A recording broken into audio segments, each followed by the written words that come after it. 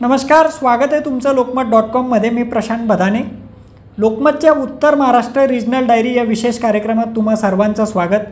लोकसभा निवडणुकीच्या चौथ्या टप्प्यात जळगाव जिल्ह्यातील जळगाव आणि रावेर या दोन्ही लोकसभा मतदारसंघांसाठी मतदानाची प्रक्रिया पार पडली आणि ही प्रक्रिया पार पडल्यानंतर आता एकच चर्चा आहे, ती म्हणजे या दोन्ही लोकसभा मतदारसंघांमध्ये नेमका विजय कोणाचा होईल याचाच आपण एक आढावा घेणार आहोत की या मतदारसंघांचं मैदान नेमकं कोण मारणार आहे। जळगाव लोकसभा मतदारसंघामध्ये भाजपच्या स्मिता वाघ यांच्या विरोधात शिवसेना उद्धव बाळासाहेब ठाकरे गटाचे करण पवार यांच्यामध्ये थेट लढत होती।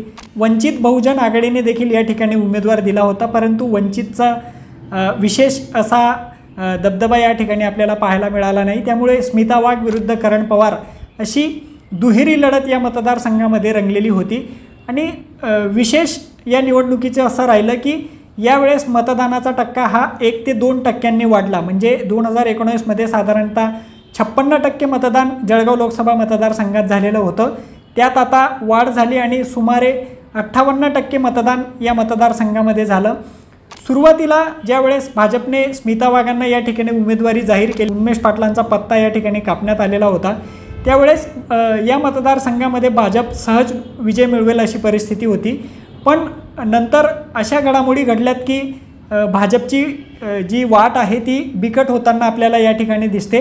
मतदानापूर्वी म्हणजे जी परिस्थिती होती, भाजप या ठिकाणी एकाती विजय मिळवेल, महाविकास आघाडीला या ठिकाणी उमेदवार मिळत नव्हता, परंतु नंतर ज्या उन्मेष पाटलांचं भाजपने तिकीट कापलं त्यांनीच भाजपला आव्हान देऊन त्यांचे जे मित्र आहेत करण पवार यांना सोबत घेऊन ठाकरे गटात प्रवेश केला आणि ठाकरे गटाची उमेदवारी ही करण पवारांना मिळाली। त्यानंतर या मतदारसंघात खऱ्या अर्थाने ठाकरे गटाने एकूणच महाविकास आघाडीने मोर्चे बांधणीला सुरुवात केली आणि ज्या भाजपचं पारडं जड होतं म्हणजे गिरीश महाजन असतील, गुलाबराव पाटील असतील, मदत व पुनर्वसन मंत्री अनिल पाटील असतील, असे 3 कॅबिनेट मंत्री, 4 आमदार, भाजपचं एकूणच मजबूत असं संघटन, अशी सर्व बाजूंनी परिस्थिती ही अनुकूल असताना भाजप या मतदारसंघात विजय मिळवेल असं वाटत असतानाच ज्या उन्मेष पाटील आणि करण पवारांनी भाजपला आव्हान देऊन त्यांच्या समोर उमेदवारीचं आव्हान उभं केलं, तर आज मतदानानंतर अशी परिस्थिती आहे की जे भाजप नेते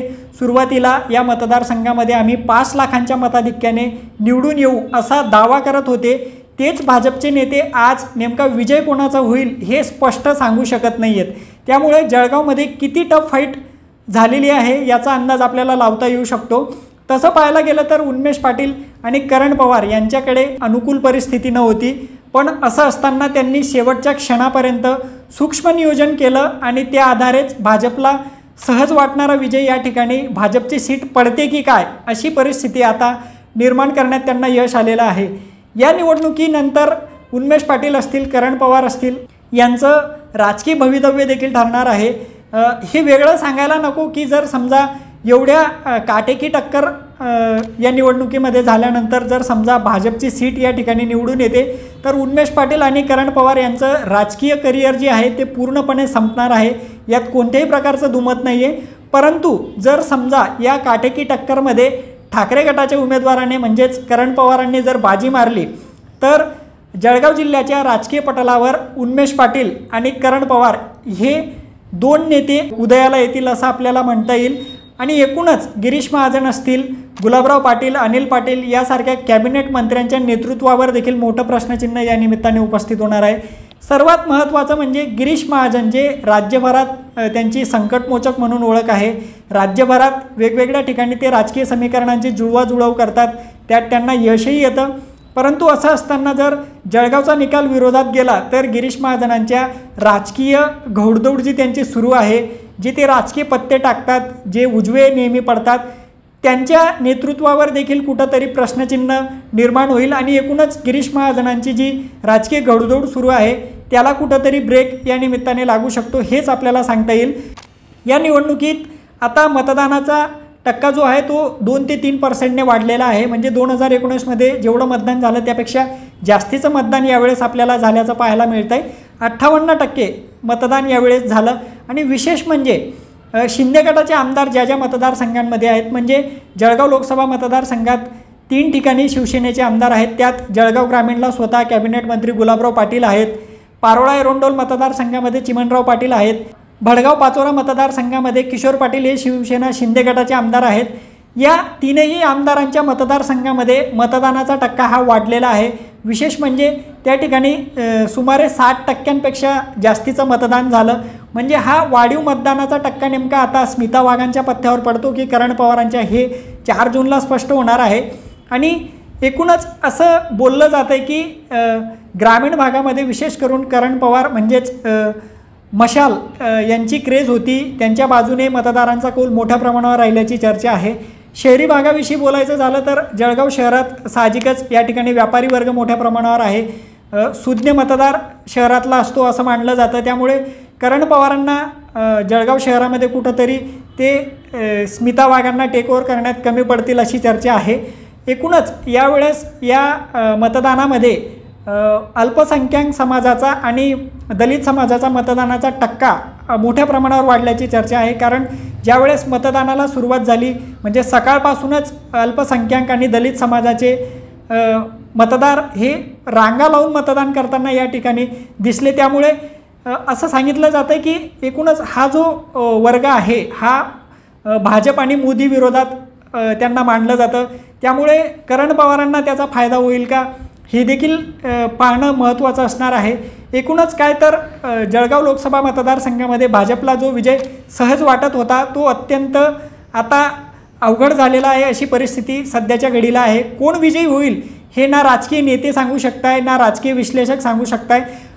पण एक गोष्ट मात्र नक्की आहे की ज्यावेळेस भाजपने उमेदवार जाहीर केला त्यावेळेस स्वतः गिरीश महाजन असतील आणि एकूणच भाजप आणि महायुतीच्या सर्वच नेत्यांनी हा दावा केलेला होता की जळगाव लोकसभा मतदारसंघामध्ये 5 लाखांपेक्षा अधिक मतांनी स्मिता वाघांचा या ठिकाणी विजय होईल. परंतु तशी परिस्थिती नाही आहे. आकडेवारी जर आपण सर्वच विधानसभा मतदारसंघनिहाय पाहिली तर कुठंतरी तिचा ताळमेळ बसताना आपल्याला दिसत नाही आहे. काही ठिकाणी करण पवारांचं वर्चस्व असल्याचं बोललं जातं तर काही ठिकाणी स्मिता वाघांचं वर्चस्व असल्याचं बोललं जातं आहे. त्यामुळे या मतदारसंघामध्ये जो कोणी उमेदवार निवडून येईल मग तो 1 लाखापेक्षा कमीच्या फरकाने निवडून येईल अशी परिस्थिती आता या मतदारसंघामध्ये आहे. स्मिता वाघ ज्या अंमळनेर विधानसभा मतदारसंघातून येतात म्हणजे अंमळनेर हे ग्राउंड त्यांचं होम पिच मानलं जातं. त्या ठिकाणी देखील शिरीष चौधरी जे भाजपचे माजी आमदार आहेत ते सरळ विरोधात गेल्याची चर्चा आहे. त्यांनी उघडपणे स्मिता वाघांच्या विरोधात काम केलं. त्यामुळे स्मिता वाघ ह्या अंमळनेरमध्ये फार लीड घेऊ शकत नाही अशी देखील एक चर्चा आहे. त्या ठिकाणी करण पवारांनी देखील बऱ्यापैकी मतदारांचा कौल मिळवण्यात ते यशस्वी झाल्याचं सांगितलं जात आहे. त्यामुळे येणाऱ्या 4 जूनला नेमका जळगाव लोकसभा मतदारसंघामध्ये विजय कोणाचा असेल हे पाहणं तितकंच महत्त्वाचं असणार आहे. त्याचप्रमाणे रावेर लोकसभा मतदारसंघाविषयी बोलायचं झालं तर रावेरमध्ये भाजपच्या रक्षा खडसे यांच्या विरोधात राष्ट्रवादी काँग्रेस शरद पवार गटाचे श्रीराम पाटील यांच्यामध्ये सरळ लढत होती. या ठिकाणी वंचित बहुजन आघाडीने संजय ब्राह्मणे यांना रिंगणात उतरवलेलं होतं. त्यामुळे रावेरमध्ये तिरंगी लढत असेल असं बोललं जात होतं. परंतु नंतर प्रचारादरम्यान असं लक्षात आलं की वंचित बहुजन आघाडीचा फॅक्टर देखील या ठिकाणी काही फार चाललेला नाही आहे. त्या ठिकाणी भाजप विरुद्ध राष्ट्रवादी काँग्रेस शरद पवार अशीच दुहेरी लढत रंगल्याचं चित्र होतं. राष्ट्रवादी काँग्रेस शरद पवार गटाकडून श्रीराम पाटलांना उमेदवारी देण्यात आली. हे ते श्रीराम पाटील होते ज्यावेळेस त्यांना उमेदवारी जाहीर झाली. त्यांना राजकीय अनुभव नाही, नवखे उमेदवार आहेत आणि त्यामुळे भाजप या ठिकाणी मोठ्या लीडने विजय संपादन करेन असं बोललं जात होतं. परंतु श्रीराम पाटलांनी सूक्ष्म नियोजन केलं आणि भाजपला मोठं आव्हान त्यांनी या ठिकाणी उभं केलं. रावेर लोकसभा मतदारसंघाची निवडणूक ही पूर्णपणे स्थानिक मुद्द्यांवर गाजली हे आपण प्रचारात पाहिलं. रक्षा खडसेंच्या बाजूने भाजपचं मजबूत संघटन होतं, भाजपच्या नेत्यांचं त्यांना पाठबळ होतं आणि विशेष म्हणजे मोदी नावाचा करिश्मा देखील असल्याचं त्यांना फायदा होईल असं बोललं जात होतं. परंतु आपल्याला स्पष्ट या ठिकाणी दिसलं की श्रीराम पाटलांनी ही संपूर्ण निवडणूक जी आहे ती स्थानिक मुद्द्यांवर आणून ठेवलेली होती. त्यामुळे रक्षा खडसेंना देखील हे मैदान मारणं तितकं सोपं नाही आहे हे मतदानानंतर स्पष्टपणे आपल्याला सांगता येईल. या मतदारसंघामध्ये देखील मतदानाचा टक्का गेल्या वेळेपेक्षा काही टक्क्यांनी वाढला. गेल्या वेळेस 61% मतदान झालेलं होतं ते आता 63% पुढे गेलं. आणि विशेष म्हणजे संपूर्ण 6 विधानसभा मतदारसंघांमध्ये जे झालेलं मतदान आहे ते 60% अधिक आहे. फक्त भुसावळ विधानसभा मतदारसंघाचा अपवाद सोडला त्या ठिकाणी 60% कमी टक्क्यांनी मतदान झालं. आणि जे झालेलं मतदान आहे त्यामध्ये हे आपल्याला विशेष करून लक्षात घ्यावं लागेल, याही मतदारसंघामध्ये जळगाव मतदारसंघाप्रमाणेच अल्पसंख्याक आणि दलित समाजातील मतदानाचा टक्का यावेळेस वाढल्याचं बोललं जातं आहे। याही मतदारसंघामध्ये सकाळपासून या वर्गातील जे मतदार आहेत ते हिरिरीने बाहेर पडले, त्यांनी मतदान केलं, त्यामुळे मतदानाचा टक्का वाढलेला आहे। आणि हा वाढलेला मतदानाचा टक्का नेमका रक्षा खडसेंना फायद्याचा ठरतो की श्रीराम पाटलांना, हे आपल्याला 4 जूनलाच कळणार आहे। श्रीराम पाटलांनी ही निवडणूक कशा पद्धतीने हाताळली यावर जर आपण नजर टाकली तर एक बाब आपल्याला प्रकर्षाने जाणवते, ती म्हणजे ही निवडणूक त्यांनी संपूर्ण स्थानिक मुद्द्यांवर लढवली। मग त्यात शेतीचे प्रश्न असतील, बेरोजगारीचा विषय असेल, शेती सिंचनाचे प्रश्न असतील, अशाच विषयांना घेऊन ते मतदारांपर्यंत गेले। मतदारांकडून त्यांनी मतदानाचा कौल मागितला। दुसरीकडे रक्षा खडसे मात्र विकास कामांवर फारसे बोलताना दिसून आल्या नाहीत। त्यांनी मोदी आणि एकूणच जे राष्ट्रीय पातळीवरचे मुद्दे होते, मग त्यात काश्मीरचा प्रश्न असेल, कलम 370 हटवण्याचा मुद्दा असेल, देशाची सुरक्षा असेल, याच मुद्द्यांवर त्यांनी प्रचार केला। आणि आता नेमका हा प्रचार त्यांना यशापर्यंत नेतो का हे पाहणं आपल्याला महत्त्वाचं असणार आहे। श्रीराम पाटलांनी या निवडणुकीमध्ये कशा पद्धतीने नियोजन केलं याचा जर आपण विचार केला तर श्रीराम पाटील हे महाविकास आघाडीच्या नेत्यांवर पूर्णपणे विसंबून राहिलेले नाहीत, हेच आपल्याला प्रकर्षाने या ठिकाणी जाणवतं। त्यांनी जी आपली स्वतंत्र टीम होती ती टीम या ठिकाणी रिंगणात उतरवलेली होती। आणि रावेर मतदारसंघामध्ये सर्वात जास्त समाज हा मराठा समाज आहे। श्रीराम पाटील हे मराठा समाजातून येतात, त्यामुळे साहजिकच त्यांनी मराठा समाजाची मतं आपल्या बाजूने कशी वळतील या निमित्ताने नियोजन केल्याचं दिसून आलं। दुसरीकडे या मतदारसंघामध्ये निर्णायक मतदार जे मानले जातात ते अल्पसंख्याक आणि दलित, त्यांचाही टक्का या मतदारसंघामध्ये जास्त आहे। त्यामुळे श्रीराम पाटलांनी त्यांच्यापर्यंत पोहोचून स्थानिक मुद्द्यांवरच ही निवडणूक गाजवली असं आपल्याला म्हणता येईल।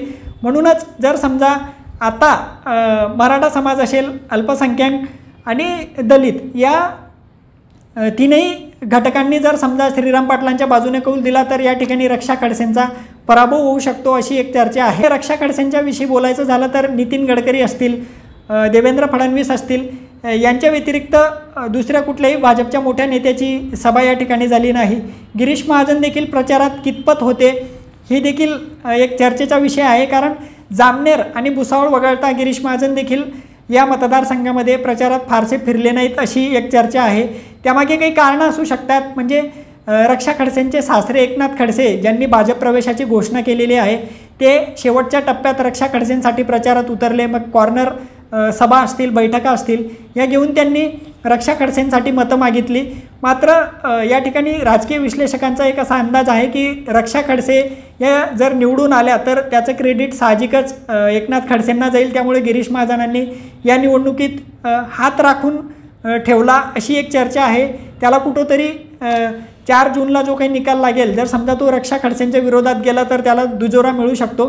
पण एकूणच जळगाव असेल, रावेर असेल, या दोन्ही मतदारसंघांमध्ये सुरुवातीला भाजपसाठी जी लढत अत्यंत सोपी मानली जात होती तसं काही चित्र मतदानात आपल्याला पाहायला मिळालं नाही। दोन्ही ठिकाणी काटेकी टक्कर झाली आणि भाजपला म्हणजे श्रीराम पाटील हे नवखे होते, इकडे उन्मेष पाटील, करण पवार यांच्यासाठी देखील शून्यातून त्यांना पुढे सुरुवात करायची होती, ते देखील नवखेच होते असं आपल्याला म्हणता येईल। या नवख्या लोकांनी भाजपला आणि भाजपच्या नेत्यांना चांगलाच घाम फोडलेला आहे हे मात्र नक्की आहे।